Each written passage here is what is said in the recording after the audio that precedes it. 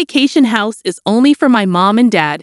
Your parents can't stay here," my husband declared, surprising me with his words after buying a fancy vacation house worth $1 million. So that's what this is all about. I realized his intentions and felt fed up. "Okay, but you'll regret this decision," I warned him. "Never come near me again," Terry smirked, folding his arms. "If that's how it is, I won't be nice either. I'll make him sorry. My name's Kathy. I married Robert 4 years ago, and we've been living together happily. We don't really have any hobbies, so we've been saving a lot of money. If I had to pick one thing we splurge on, it's probably making fancy coffee on weekends. Oh, by the way, isn't your mom's birthday coming up soon?" I asked Robert while holding a freshly brewed cup of coffee. We're both in our mid-30s. Robert's parents just turned 60 this year, a year before mine. What if we give them a spa getaway as a birthday gift? It could be a lovely treat, don't you think? I suggested. Robert thought it was a good idea, saying, "That sounds nice. I'll check with my parents if they have any specific wishes. If not, we'll go with a spa retreat. It's like hitting 2 birds with 1 stone." "I didn't mean it that way," I clarified. "I know, just kidding. Next time I see my parents, I'll bring it up with them," Robert said. "Kathy, can you find some good spas?" Robert asked me. "Sure thing. How about we join them on the trip? It'd be a nice change," I suggested. 2 weeks went by, and my mother-in-law's birthday was approaching quickly. We should book the spa soon. Otherwise, we might not make it in time for my father-in-law's birthday. "Did you talk to your parents?" I asked anxiously. My husband replied casually, "Oh, I forgot to mention, I already checked with them. So no need to book a spa. Tree." "Oh, really? That's a relief. But what did they say they wanted?" I was eager to decide the gift together, but my husband seemed bothered by the question. "I'll take care of it. It's my parents' 60th birthday. You don't have to worry about it, Kathy," he said, dismissing my involvement. Robert's words took me aback. He'd never dismissed me like this before. "That wasn't very nice," I said, feeling emotional. "Why won't you tell me? We've always chosen gifts together. We've even picked gifts for each other's parents in the past. So why, on such an important occasion like their 60th birthday, would you shut me out like this?" "I don't understand," I said, frustration creeping in. Normally, I'm pretty calm and don't raise my voice often, but my husband remained stubborn. In the end, he wouldn't budge on telling me what his parents wanted. Since then, there's been tension between us, and we only talk about necessary things. Even when we drink our morning coffee, the silence hangs heavy. The day before my mother-in-law's birthday, my husband finally spoke to me after a long silence. "We're going out tomorrow to celebrate Mom's 6th death. Get ready, Kathy, we're staying over overnight, so be prepared," he informed me. When he sprung the news on me, I panicked. "What? Where are we going? You should have told me earlier if we're staying overnight." "I need time to prepare," I said. "I just told you, didn't I?" "You're going to be surprised," my husband replied cheerfully, contrasting my anxiety. The next morning, we hopped into the car early to pick up my in-laws. They were bursting with excitement from the moment we saw them. "I'm so thrilled. I never imagined celebrating my birthday like this." "Thank you so much," they exclaimed. "Isn't it wonderful?" my husband asked. "Absolutely. Thank you so much, Robert," I replied, feeling a bit awkward since I hadn't been part of choosing the gift. Even when my in-laws expressed their gratitude, I could only respond vaguely. Then, unexpectedly, my husband spoke up. "It's all thanks to Kathy." "Thank you," he said, supporting me. I was touched by his consideration. Despite our recent disagreements, it felt like we were getting back to our old selves. My mood lifted, and I decided to enjoy the journey to our destination. We arrived at a beautiful cabin nestled in the woods. The entrance was spacious, and the living room had huge glass windows giving it a charming appeal surrounded by trees. The cabin felt like it blended perfectly with nature. There were 3 bedrooms and even a hot tub in the bathroom. "This is where we're staying. It's so beautiful," I said excitedly to my husband, expressing regret for my earlier attitude. I never imagined Robert would pick such an amazing place. I don't think I could have found such a gem myself. Trusting Robert with a decision was definitely the right call. I'm sorry for being so cranky lately, I admitted, feeling a surge of excitement as I took in the beauty of the cabin. Then, out of the blue, my husband said something unexpected. It's no big deal. If it were just me, I wouldn't have been able to afford this cabin. It's all thanks to Kathy that we have it. I was suddenly speechless as my mind raced with questions. My in-laws chimed in. Thank you, Kathy. We never expected such a wonderful gift, did we? We were thinking about getting a new place for ourselves when we turned 60, even considering living together. But remember, we decided against that, right? So we thought a cabin would be perfect, and we've been discussing it with Robert since he got married. It was true that I turned down the idea of living together once. I wanted to savor our time as a couple, and my in-laws were still healthy, so I felt it was too soon for us to move in together. Robert agreed, and we decided we'd move in together when my in-laws needed assistance. But I never expected them to request a new home as a gift for their 60th birthday, let alone a cabin. That felt like a bit much. Trying to keep my panic at bay, I turned to my husband. Robert, you're kidding, right? There's no way we could afford such a beautiful cabin. Why spring a surprise on me? It's your mom's birthday. The surprise should be for her. It's not a joke. We really bought this cabin, my husband replied. Everything seemed to blur before my eyes.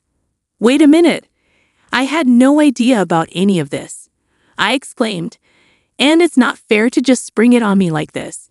You just said it was a lovely cabin. It's ours. That's not the point. How much did this vacation home cost? I vented my frustration at him, and he dropped a bombshell. $1 million. What? $1 million, and you spent it on my parents' 60th birthday? I couldn't believe it. The amount was staggering, leaving me reeling. To make matters worse, my husband revealed another shocking fact. We couldn't get a loan for $1 million property in both our names, so I used all our savings since we got married, the joint account as a down payment, he admitted. At this point, I was beyond shocked and simply speechless. How could he make such a selfish decision without even consulting me? I couldn't comprehend it at all. Despite my disbelief, my husband continued casually, well, it's done now. There's no going back.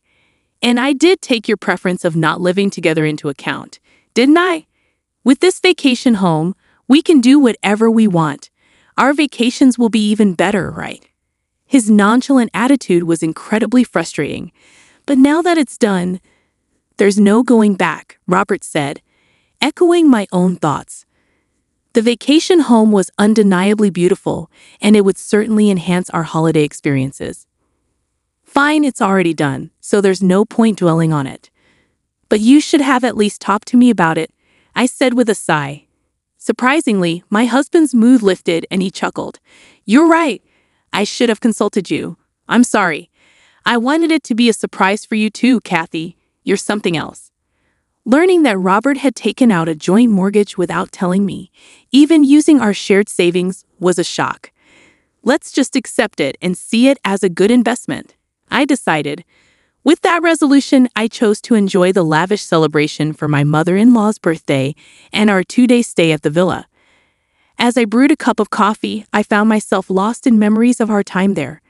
Despite the initial shock, it truly was a magnificent place. The wood-burning stove in the living room especially stood out, promising cozy winter evenings. Feeling content, I turned to Robert. Hey, when can we go back to the villa? I wanted to pick out some new dishes for it. Yeah, I'll ask my parents about it, he replied. Can't we just go by ourselves? I suggested. Technically, the villa is in our names, even though it was a gift for my parents' 60th anniversary. It wouldn't be right if they already had plans, would it? A sense of unease crept over me. Despite being in our names, I worried that practically it might end up being more like my in-laws' property. Thinking fast, I proposed, since it's our villa, can't we invite my parents to join us too? Yeah, if they're free, he replied vaguely, but at least he didn't outright refuse. That was a relief. It meant the villa wouldn't just become my in-laws' property. However, my optimism was short-lived. For the past 6 months, I hadn't been allowed to spend the night at the villa.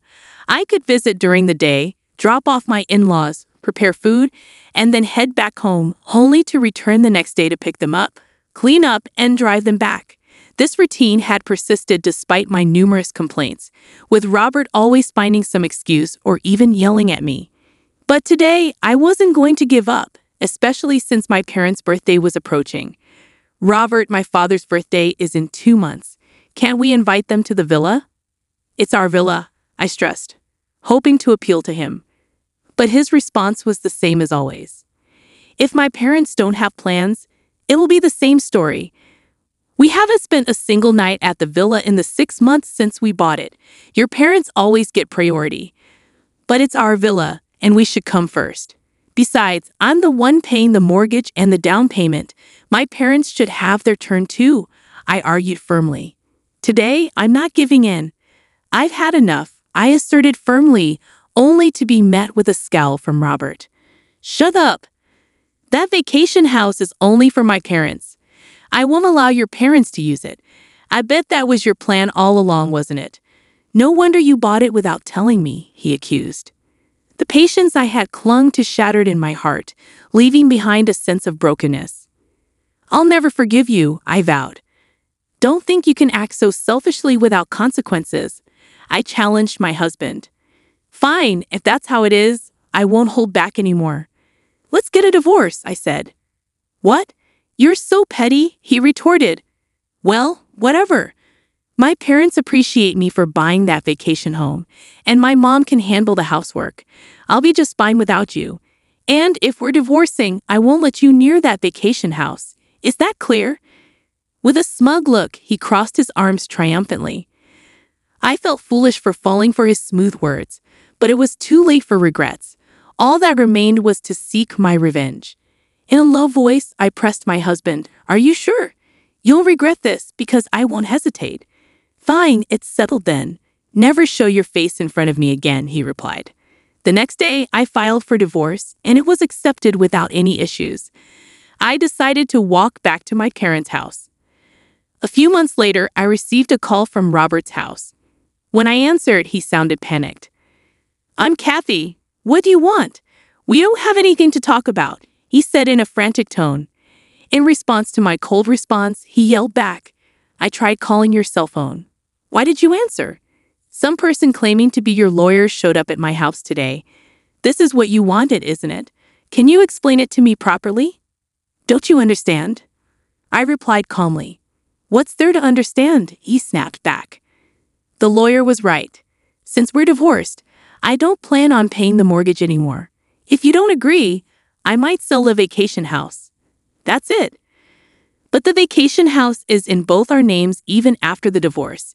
Isn't it fair for you to keep paying the mortgage? I questioned. My ex-husband seemed at a loss for words. Despite being in both our names, I'm not allowed to use it, right? So why should I keep paying for it? That doesn't make sense to me, he stated calmly. No, it's a joint property, so we should both contribute, I argued. This conversation isn't going anywhere. That's why I consulted a lawyer. If you're going to stick to your stance, I'm ending this call. If you need anything else, talk to my lawyer. I don't have time to deal with this unreasonable behavior. I have my own affairs to attend to, he said firmly. Wait, hold on. How about we take turns using the vacation house? I suggested. You mean I keep paying the mortgage, and you let me use it sometimes, he clarified. I don't have any attachment to that vacation house anymore. I've already bought a new one, he revealed. Wait, what? I exclaimed. Yes, I gifted the vacation house to my parents for their 60th birthday. It's not $1 million estate, but a cozy cottage they love. Are we done here? I don't have time for small talk, he said firmly. Wait, please, I interjected. I resigned from my job, he informed me. What? Why? I asked. It was probably my father's doing, right? He's an executive in a top-tier company with many connections. Robert's company president is one of them, he explained. It seems my father had a word with Robert's company president about his behavior towards me. How can we tolerate such behavior in our company? The president must have exclaimed in anger. I don't know all the details, but I heard that Robert chose to resign voluntarily. I'm certain there was some intervention from Robert's company president behind the scenes. Please help me, Robert pleaded tearfully.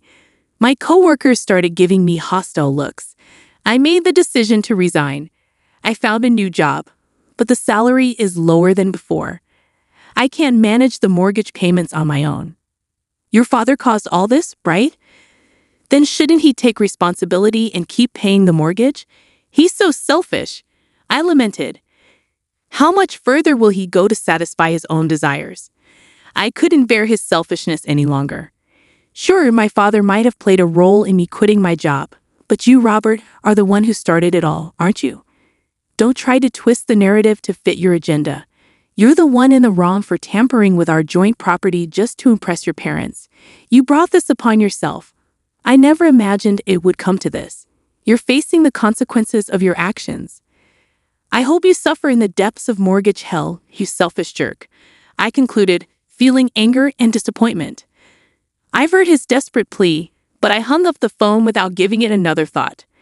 In the months that followed, I worked with a lawyer and managed to extricate myself from the mortgage for the vacation house. Eventually, Robert couldn't keep up with the mortgage payments alone, and the property ended up being sold due to its decreased value. It appeared that Robert had accumulated debt and was now struggling to make ends meet in a modest apartment. Even his in-laws were shocked by the turn of events, and Robert's parents found themselves facing scrutiny from the community for losing the vacation house they had once bragged about. Meanwhile, I found fulfillment in my role as the vice president of my father's company, leading busy and rewarding days. The happiest moments now come when the three of us, myself, my husband, and our daughter, visit the vacation house on our days off, enjoying moments of relaxation with a cup of coffee.